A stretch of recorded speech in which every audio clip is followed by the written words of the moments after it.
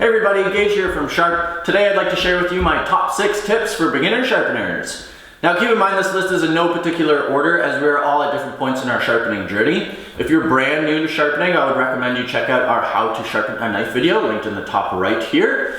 In any case, I hope this video provides you some valuable insight as to how you can improve your sharpening results. So first thing we're going to talk about is the importance of using a low grit stone. Now in my experience sharpening knives that have been brought into my shop, I have to start all of these knives almost without exception on a coarse or low grit stone in the range of 200 to 320 grit. Chances are if you're a professional and it's been weeks/months since you've had your knife sharpened, or if you're a home cook and it's been months/years since you've had your knife sharpened, it's going to require you to remove a fair bit of material to create that new edge and sharpen your knives properly. Using a coarse grit stone will allow you to do this quickly and efficiently, and will allow you to do so before you start getting frustrated and rushing, which will lead to further issues. Now this isn't to say that you couldn't create a new edge on an extremely dull knife with a 1000 grit stone, for instance, but using a 1000 grit stone to do so is going to take a lot of time, and as we just mentioned, will probably lead to you getting frustrated and rushing through the process, which is going to lead to less than desirable results. Okay, next we're going to talk about the importance of maintaining a flat stone. So if you took my advice and watched our How to Sharpen a Knife video, you'll know how important it is to maintain consistent angles with our knife while sharpening. It will be next to impossible for you to maintain a consistent angle while sharpening if you're sharpening on something that is not flat. Now, while one could argue that sharpening on a stone that is only slightly dished out will still perform well, I would argue that maintaining a flat stone is much easier than trying to fix one that is super dished out to the point where it is causing issues with your sharpening. I would much prefer to spend 5 to 10 seconds flattening my stone between every knife rather than skipping this step for a number of sharpening sessions and then at that point having to flatten a super dished out stone. I have done this before. It is really not fun. Furthermore, when working with low grit stones in the 200 to 500 grit range, you'll find that they dish out quite quickly, and it may even be necessary for you to flatten your stone multiple times when sharpening just one knife. Quick tip!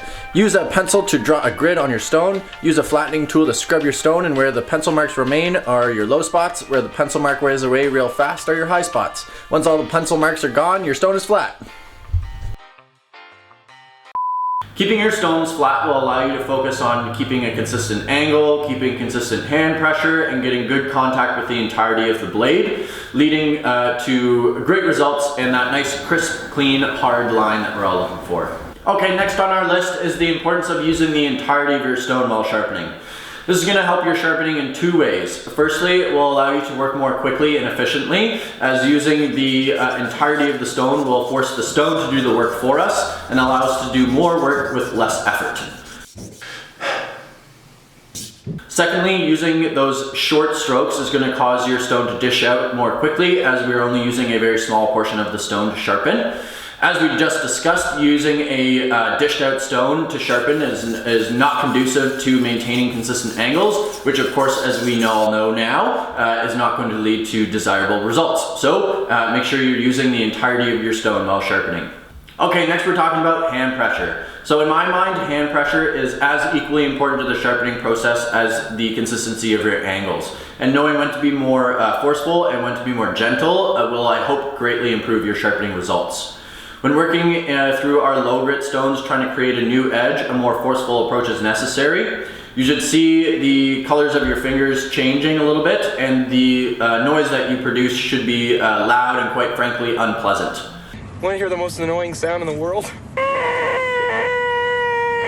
Now, using extra hand pressure is of course going to cause us to remove material from our knife much quicker, so checking our work early and often and being consistent with our angles is super important.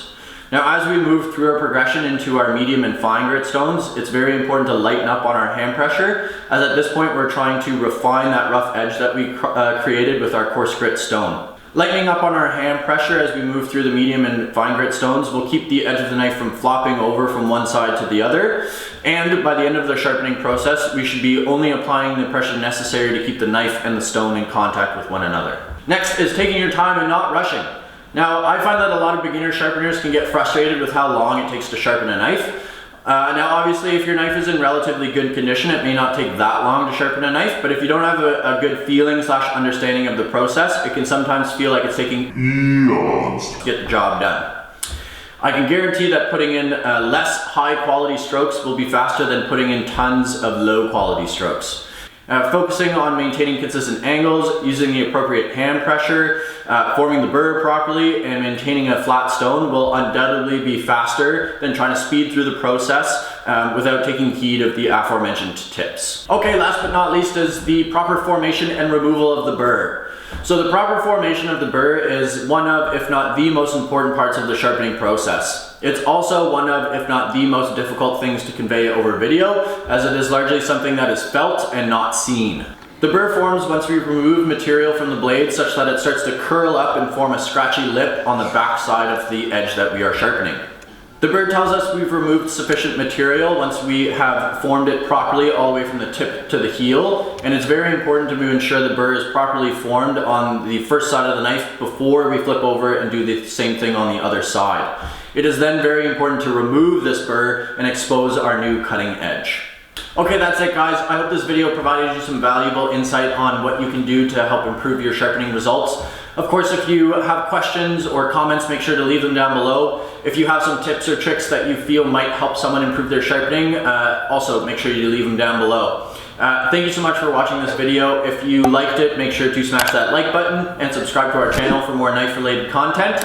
And until the next video, stay sharp.